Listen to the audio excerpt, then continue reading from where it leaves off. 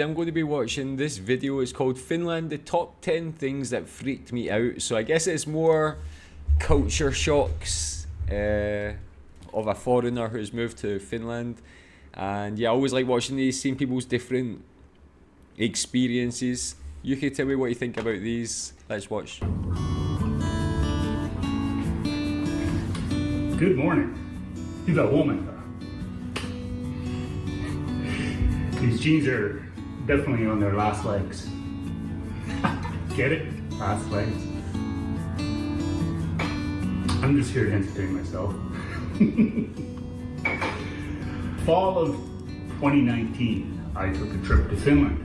And even though I'm Finnish, I still found there were things that freaked me out about Finland that I just wasn't expecting. So today we have the top 10 things that freaked me out about Finland. Very David Letterman. Number 10, able to buy piiraka and maksalaatikko in the stores like it's normal. Karjalan piiraka right in the corner. Maksalaatikko. Those are things that take time and effort to prepare and to make for your family and to enjoy and special occasions and things like that. And here you guys are just willy-nilly buying them in the corner store. Not even the grocery store. They have them in the grocery store, but in the corner store, they're right there with voimuna. You know, it just, I couldn't believe it. Number 9. Do you eat them a lot? Eggs in the store. You walk into the store to buy eggs, and they're not in the fridge. They're just sitting out there on the counter. This freaked me out. I had to do a little bit of research on this, and I found out why. They wash their eggs in North America. So after they wash the eggs, it takes off the protective membrane. So after that, it needs to be refrigerated. In Europe, I believe it's Europe, all of Europe, I'm not sure how many countries do this, but in Europe, in Finland, they don't wash the eggs while they're going through production. So it still has a protective membrane, so you don't have to put it on the fridge, you just put it on the counter. It was just, I think that is the full of Europe, actually. I had to look that up when I got home and figure out why they can have the eggs on the counter. Okay, I'm not throwing it at the camera anymore. This one's a couple personal ones in here that really freaked me out. Hearing people speaking Finnish. Now, I grew up in a very, not very populated, but there was a very strong Finnish community in the town where I grew up in Northern Ontario. Most of those towns around Northern Ontario had really great Finnish communities. It was so much fun to grow up there. But if I ever heard somebody speaking Finnish, like if I was walking down the street or down the mall and I heard somebody speaking Finnish, I would automatically turn and look because odds are I knew who that person was. But going to Finland, everybody's speaking Finnish. I was there for 3 weeks, and even at the end of 3 weeks, I'd hear somebody speaking Finnish, and I feel like I want to look to see who it is, because it must be somebody I know if they're speaking Finnish, right? So it was interesting the first couple days, but it wouldn't go away after the 3 weeks. So that really freaked me out. That's actually something I kind of get when I go back to Scotland. I lived outside of Scotland for 13 years. The last like 5 or 6 years I've not been back too much. Most of my friends here are Malaysian and that sort of thing as well. So when I go back, I get kind of freaked out when I hear so many people speaking Scottish. It just seems quite unnatural to me now that I've lived away from there for so long. It's a kind of weird reverse culture shock. And yeah, I can kind of I feel that feels relatable to me actually. This one, it was jaw-dropping. Okay, it was literally jaw-dropping. I walked into the hotel to check in. They asked what my name was, Roy Rissanen, and she just wrote it down. After I said my last name, I was ready to spell it, and she's already writing it down. She knew how to spell my last name. Never, ever, ever, ever, ever in my life has that happened. It was amazing. Number 6, this one's a little sad. But Finland, you're doing an amazing job. I'll give you points for that for sure. Panhandling. tried to keep an eye out for panhandlers, and I didn't see any. You have your buskers, like you got people singing on the side of the road, which was really cool, or playing the accordion and things like that. That's nice. But when you got people that are genuinely homeless and need help, that's a little sad, because I know that can be definitely very rough. But Finland has an initiative. I made a note just so I make sure I get this right. Finland is the only country in the EU where their homeless rates have gone down over the last few years. That was impressive. Great job. Housing First initiative, where they started to take an initiative for homelessness, is that very first priority, get somebody into a house. Then look at getting treatment for whatever mental illness, substance abuse, whatever the issues are, that comes second. First, get them off the street, get a roof over their heads, get them a warm place to sleep. Very, very good approach. Is there any homelessness in Finland? The last numbers I could find, 130,000 homeless people. In Finland, I'm getting old. In Finland, 5,482. Okay, Canada's a bigger country. Let's do it per capita. Per 10,000 people in the population, Canada has 36 homeless people for every 10,000 people in the population. For Finland, 9. There's 9 homeless people for every 10,000. Let's try the United States. A lot bigger population. 17 homeless people per 10,000. I didn't actually realize Canada was so bad, actually. Get your shit together. Number 5. Now this was a surprise for me, that it was something that freaked me out, because it really shouldn't have freaked me out. The sauna. Now, it didn't freak me out in the sense that, oh my God, there's a sauna, I get to go to sauna. That didn't freak me out. The part that freaked me out is that they were just everywhere.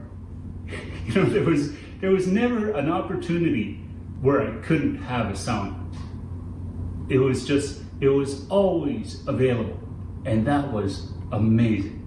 You know, there was one in my hotel room at one point. There's a sauna in my hotel room. Whoa, that's so nice as well. You know, there was one in the hotel, a larger one you could use. Okay, for a hotel sauna.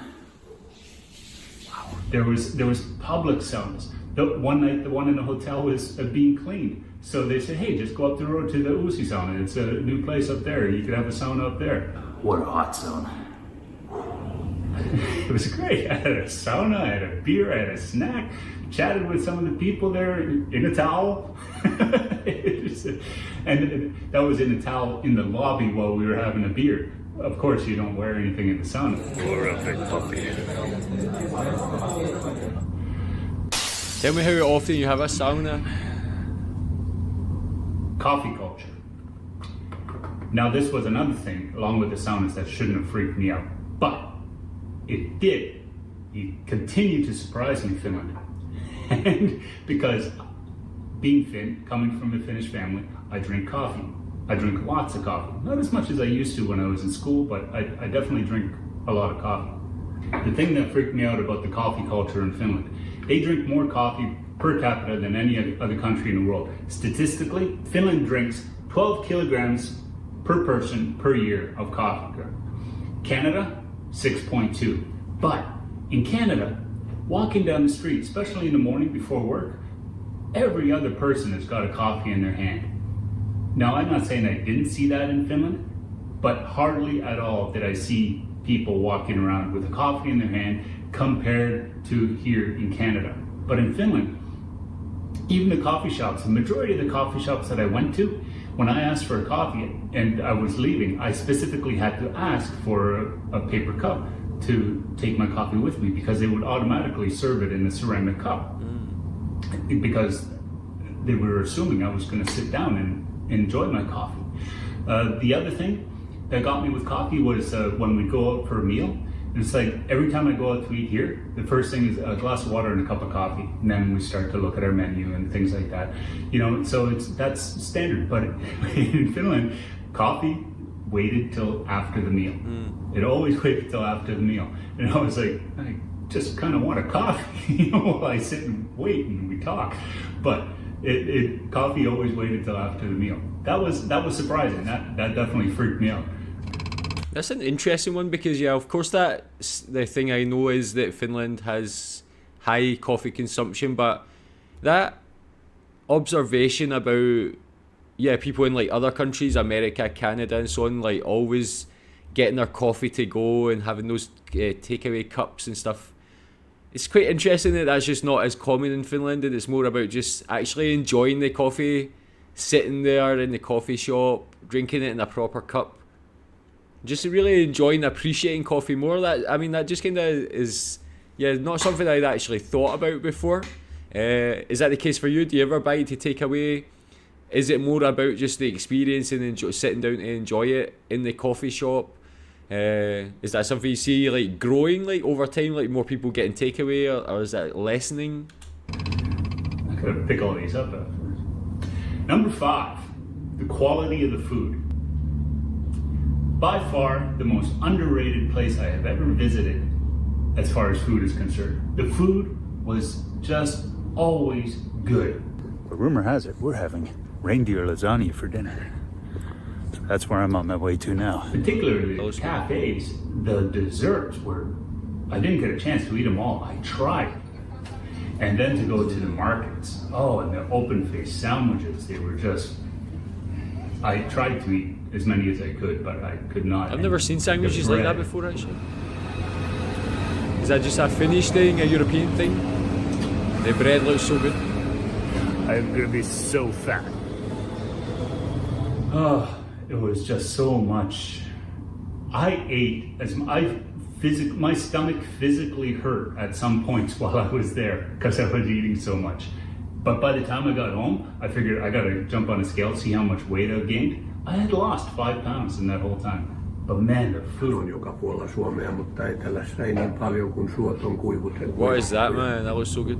That's what a lot of people say, actually. A lot of Americans, North Americans, Canadians say that when they go to Europe, they eat a lot more, but actually they lose weight because the quality is just so much better. There's not as much additives in the food and things. But tell me more about Finnish food. What's the most like underrated food? What would you recommend people try if they come to Finland? What's unique to Finland that you don't get anywhere else? And he was showing the bread. Is Finnish bread good? I know like a lot of European countries like France, Germany, Italy, that sort of thing are always like well known for their bread. Is Finnish bread good as well? Oh, that was number 3. That was number 3. I think I said that was number 5. That was number 3. Number 2, the stillness. I knew it was more calm than it is here in Nova Scotia. Like even back home in Ontario, it's more calm than it is here in Nova Scotia. So I was expecting something more like what we get in Ontario. But the absolute stillness and quietness at some points, especially when we were up north, it was just so quiet. Now, I was thinking yesterday how incredibly quiet it is here all the time. It's like almost noon and it's still incredibly still. You know, I went out onto the patio just to get some fresh air, and just I had done something that made me clap my hands or something, and I could hear the sound reverberating out into the distance. So cool. It's hard to explain. It was just so peaceful. It really, really freaked me out. That's actually something I want. Like I live in Malaysia now. I live in Kuala Lumpur, a huge city. Before here I lived in Bangkok. Before that I lived in Shanghai in China. I've not had that sort of quietness for 13 years. I miss it. Like really, if you live in a place like that or you have that quietness, just appreciate it. Like here, it's just noise all day, all night. There's always something going on. Cars driving about, just noise. There's people everywhere. You can't get away from people. Anywhere you go, there's cars and people. That's my idea of like heaven. Just that remoteness, the quietness, the peacefulness. I like need that, man. That like looks so good. Okay, before we get to number 1, I got some honorable mentions. Honorable mentions for the top 10 before we get to number 1 are the candy. Amazing. It's not just sugar with some food dye on it. It is really good quality candy for the most part, and especially the chocolate. It was really good. Crosswalks. People pay attention to the crosswalk lights. For the majority of the people that I've seen, you know, everybody, even if there's no cars in sight, people stop at the crosswalk light if it's red. Bike lane, road, medium, tram, medium, and road. It's like running the gauntlet. So you might get a green to cross that road, but it's still red to cross the tram. Or it might be still red to cross that next road. You know, so you had to pay attention. You couldn't just, oh, it's green and wander through. You had to watch, make sure of what you were doing. Talking to strangers. Finns always say that they're not approachable, that they're always looking grumpy and nobody talks to each other. And sure enough, somebody sits down beside you, they're not going to say, give you any pleasantries. They just sit and do their own thing. But I forced myself onto people to talk to them because I wanted to meet as many people in the short period of time that I had. And every single time, everybody was very hospitable and welcoming and willing to talk. Hospitality, bar none. I was greeted warmly by everyone. The weather. Finns are totally oblivious to the weather.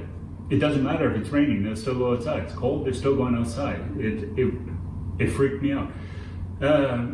Escalators. It should have been on the top 10 somewhere. Escalators really freaked me out. Where people are going up the escalator, it's not a ride. You know, it's like you get on, you go up the stairs. When they get on the escalator, and if they're not walking up the stairs, the vast majority of them all stood to one side. So the other side, people could walk up. Here, they just stand right in the middle. If you want to walk up, you had to, oh, excuse me, come by, you know. That freaked me out. Rabbits. The size of the rabbits in Helsinki, they were huge. The size of these rabbits. But yeah, the city rabbits in Helsinki. I never knew there was rabbits in Helsinki. The design, the architecture in the buildings, beautiful, gorgeous in Helsinki. Stunning I want place. to see more of the country. I know there's cities I want to see still, but in Helsinki alone, the architecture was beautiful. The Finnish design in itself they're so simple. Graveyards. Elegant. Graveyards, the ones that I've seen while I was there, they could have been botanical gardens. You know, they were so well maintained and taken care of. It was a real pleasure to see that. And lots of people were visiting the graveyards when I was there. Reindeer up north, reindeer were just wandering around like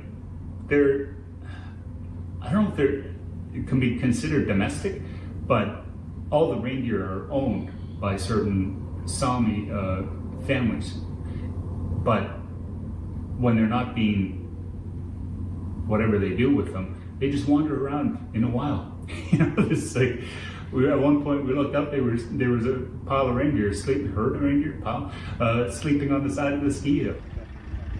Reindeer hanging out on the slopes. You know, there'd be one just wandering through the yard. You know, it was really freaky to see. People were active. You know, people walked everywhere. It's like we had somewhere to go. Man, let's walk up there. You know, it was really impressive to see. Like even elderly people. And it's like, oh yeah, it's not far. We walked, and it's like it took 30 minutes to walk there. You know, so it was great. I loved it. School outings. Kids in school were always outside.